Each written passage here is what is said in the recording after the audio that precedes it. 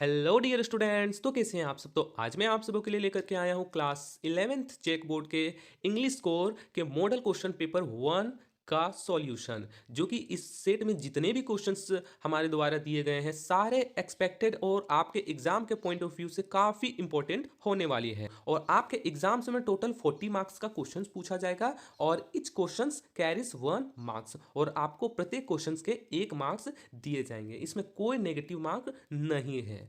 तो चलिए बढ़ते हैं क्वेश्चंस की ओर।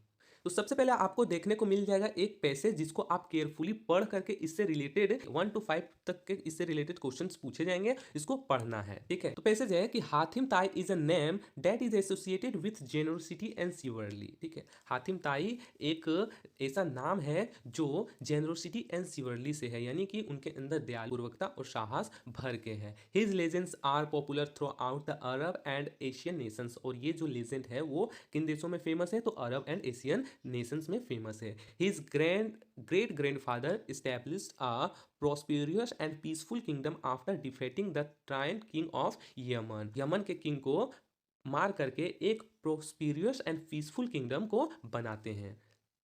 The day Hatim Tai was born, he showed the signs of generosity as he refused to take his feed. Famous astrologers were called in to study his birth chart. ठीक है, यानी कि एक फेमस एस्ट्रोलॉजर को बुलाया जाता है हातिम ताई के बर्थ चार्ट, यानी कि जिसको बोलते हैं जन्म कुंडली को देखने के लिए, क्योंकि वो बहुत जेनरोसिटी स्वभाव के थे। क्योंकि उनका मानना था कि कोई उनके सामने कोई भूखा है, ठीक है, तो वो भी कुछ नहीं खाएंगे। They declared Hatim will grow up the be most generous man. ठीक है, और जो एस्ट्रोलॉजर है वो डिक्लेयर करते हैं कि हातिम जो है वो एक मोस्ट जेनरस मैन है, यानी कि दयालु। He will serve mankind. He will not take his feed among or ever eat of someone's near him is hungry। यानी कि ये इतने दयालु पूर्वक हैं कि अगर इसके सामने कोई भूखा रहा तो ये भी कुछ नहीं खाएगा। You must feed others for him take his own food। यानी कि सबसे पहले ये दूसरे को खाना खिलाएगा, फिर वो खुद खाएगा। On hearing this, Hatim Tai fathers took charge of all the children born on the same days as Hatim. और हातिम के पिता जो हैं वो जितने भी बच्चे थे जो हातिम के जन्म के दिन जन्मे थे, उनको क्या कर लेते हैं, तो अपने अंडर, यानी कि उनका परवरिश करने के लिए खुद देखने लेते हैं, उनका चार्ज अपने हाथों में ले लेते हैं। They were brought in the court and fed by the same nurse who was gift for Hatim. और उनको किन्हें दे देता है फीड करने के लिए, वही नर्स जो हातिम को रखती है। Thereafter Hatim too happily took his feed, यानी कि सबसे पहले वो नर्स खाती है, फिर खुशी खुशी हातिम भी वो खाता है तब जा करके। तो आई होप ये पैसेज है आपको समझ में आया होगा। ठीक है, और क्या इससे रिलेटेड क्वेश्चन पूछा गया है उसको अभी हम लोग देखते हैं। क्वेश्चन नंबर 1 है कि who defeated the Tarain king of Yemen. ठीक है, यानी कि यमन के किंग को कौन हराया था, कौन परास्त किया था। तो इसका राइट आंसर हो जाएगा option number C, Hatim Tai's great grandfather, यानी कि हातिम ताई के परदादा ने यमन के क्रूर राजा को हराया था।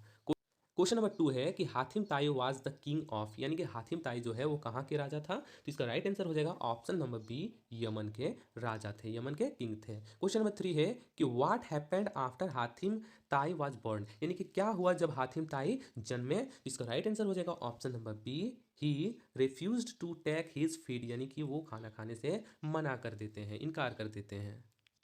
क्वेश्चन नंबर 4 है कि who were called to study the birth chart of Hatim, यानी कि हातिम के बर्थ चार्ट को कौन पढ़ने के लिए बुलाते हैं। तो इसका राइट आंसर हो जाएगा ऑप्शन नंबर डी, एस्ट्रोलॉजर को हातिम के बर्थ चार्ट, यानी कि जिसको बोलते हैं जन्म कुंडली, उसको पढ़ने के लिए एक एस्ट्रोलॉजर को बुलाते हैं।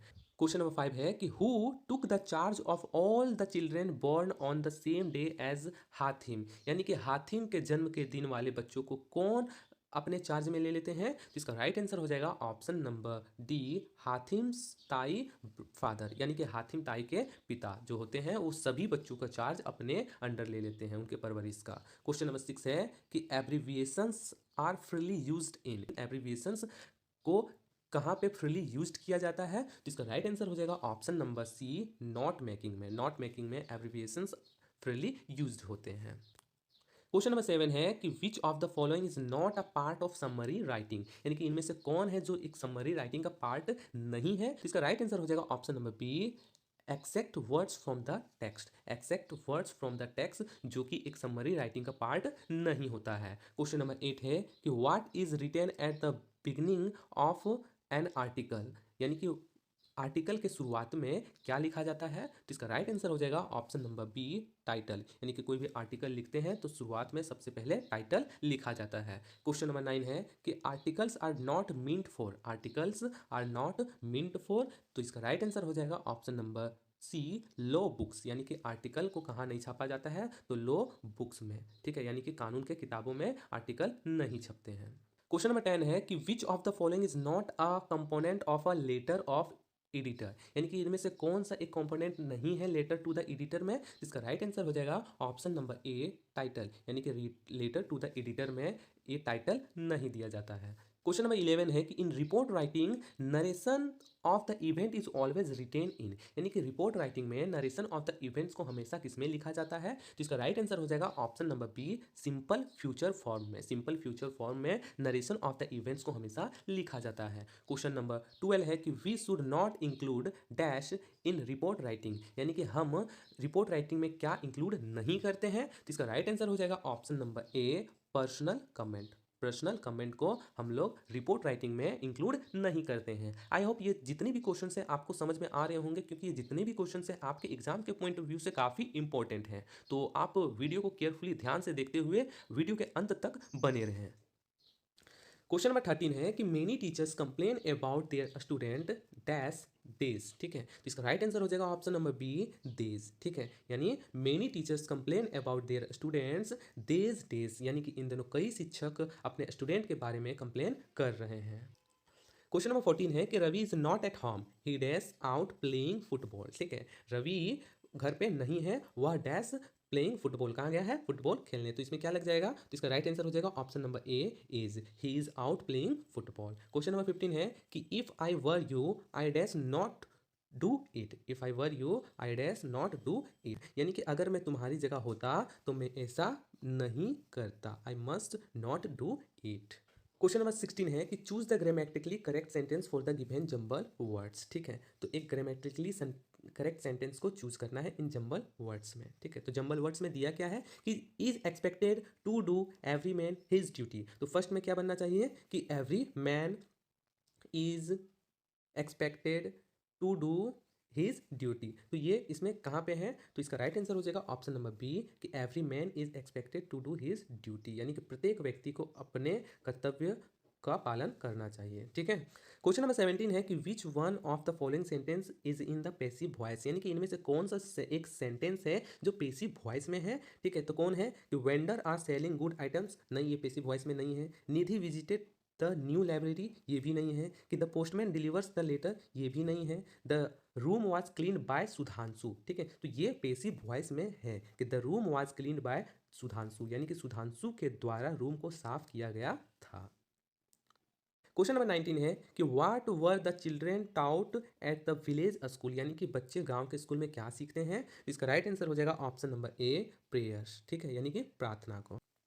क्वेश्चन नंबर 20 है कि what would the author's grand mother feed the sparrows with, ठीक है, यानी कि ऑथर के ग्रैंड मदर गोरैयों को क्या खिलाती है। इसका राइट आंसर हो जाएगा option number A, bread, bread को खिलाती है। क्वेश्चन नंबर 21 है कि Khushwant Singh grandfather was an old man who use to wear, यानी कि खुशवंत सिंह के दादाजी जो एक बूढ़े व्यक्ति थे वो क्या पहनते थे। तो इसका राइट आंसर हो जाएगा option number B, big turban, ठीक है, एक बड़ी पगड़ी पहनते थे।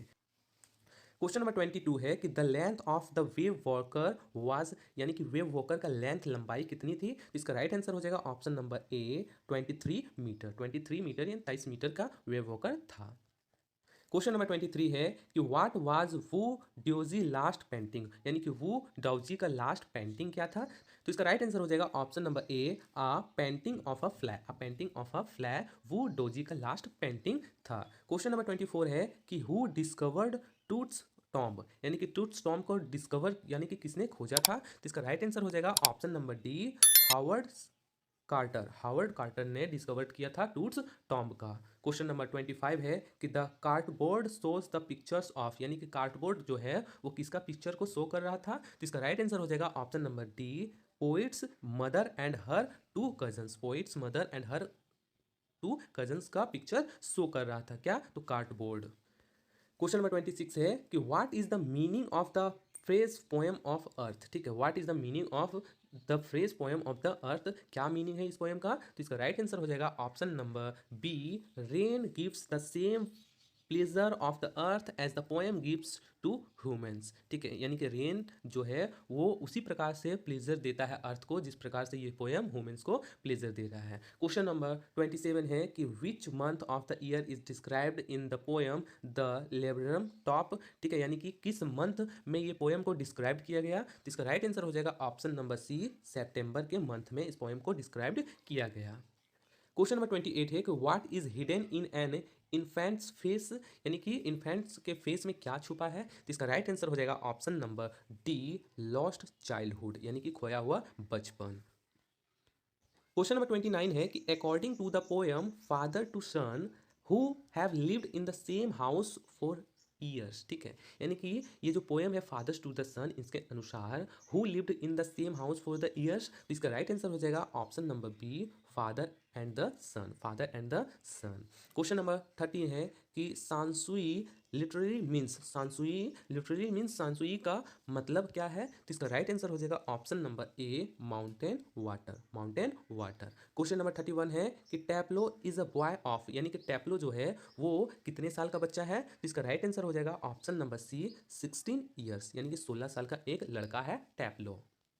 क्वेश्चन नंबर 32 है कि professor Gaitonde entered Forbes building to meet his, यानी कि प्रोफेसर गाइटुंडे इंटर्न करता है बिल्डिंग में किससे मिलने, तो इसका राइट आंसर हो जाएगा ऑप्शन नंबर डी, सन, यानी कि अपने बेटे से मिलने के लिए। क्वेश्चन नंबर 33 है कि where did the narrator Nick Middleton meet Narbo, यानी कि ये जो नरेटर है निक मिडल्टन वो नार्बो को कहाँ मिलते हैं, तो इसका राइट आंसर हो जाएगा ऑप्शन नंबर सी, डार्चिन में, डार्चिन में वो उनसे मीट करते हैं यानी कि मिलते हैं। क्वेश्चन नंबर 34 है कि व्हाट वाज मुराद्स डिजायर, यानी कि मुराद का डिजायर क्या था, तो इसका राइट आंसर हो जाएगा option number C, to ride a horse, यानी कि घोड़े की सवारी करना वो चाहता था। क्वेश्चन नंबर 35 है कि the narrator daughter of Mrs S visits the address, यानी कि जो नरेटर है मिसिस एस की बेटी डॉटर, ठीक है, वो किस एड्रेस पे विजिट करती है, तो इसका राइट आंसर हो जाएगा ऑप्शन नंबर ए, number 46 Markovnikov street, number 46 Markovnikov street में मिसेस एस विजिट करती हैं। क्वेश्चन नंबर 36 है कि वेयर डिड रंगा गो टू स्टडी, यानी कि रंगा स्टडी के लिए कहाँ जाता है, तो इसका राइट आंसर हो जाएगा ऑप्शन नंबर सी, बेंगलोर। ठीक है, रंगा स्टडी के लिए बेंगलोर जाता है। क्वेश्चन नंबर 37 है कि who was Einstein's history teacher, ठीक है, आइंस्टाइन के हिस्ट्री टीचर कौन थे, तो इसका राइट आंसर हो जाएगा option number C, mister Brown, mister Brown जो है वो आइंस्टाइन के हिस्ट्री टीचर थे। क्वेश्चन नंबर 38 है कि dash was strong and dominating, कौन एक स्ट्रॉन्ग एंड डोमिनेटिंग है, तो इसका राइट आंसर हो जाएगा option number A, Mrs Fitzgerald was strong and dominating. Question number 39 है कि Shahid suffered of which disease, जो शाहिद है वो कौन सी बीमारी से ग्रसित है, सफर्ड है, तो इसका राइट आंसर हो जाएगा ऑप्शन नंबर डी, कैंसर। ठीक है, Shahid suffered of which disease, तो इसका राइट आंसर हो जाएगा option number D, cancer. Question number 14 है कि हु वाज एंड्रयू मेंशन, ठीक है, हु वाज एंड्रयू मेंशन, यानी कि एंड्रयू मेंशन कौन था, तो इसका राइट आंसर हो जाएगा option number B, a doctor. Andrew mention कौन था, तो एक डॉक्टर था। तो आई होप ये जितने भी क्वेश्चन है आपको समझ में आए होंगे और ये जितने भी क्वेश्चन है आपके एग्जाम्स के पॉइंट ऑफ व्यू से काफ़ी इंपॉर्टेंट है। और यदि चैनल में नए हैं तो चैनल को सब्सक्राइब करना ना भूलें, तो हमारे साथ बने रहें और मिलते हैं नेक्स्ट वीडियो में।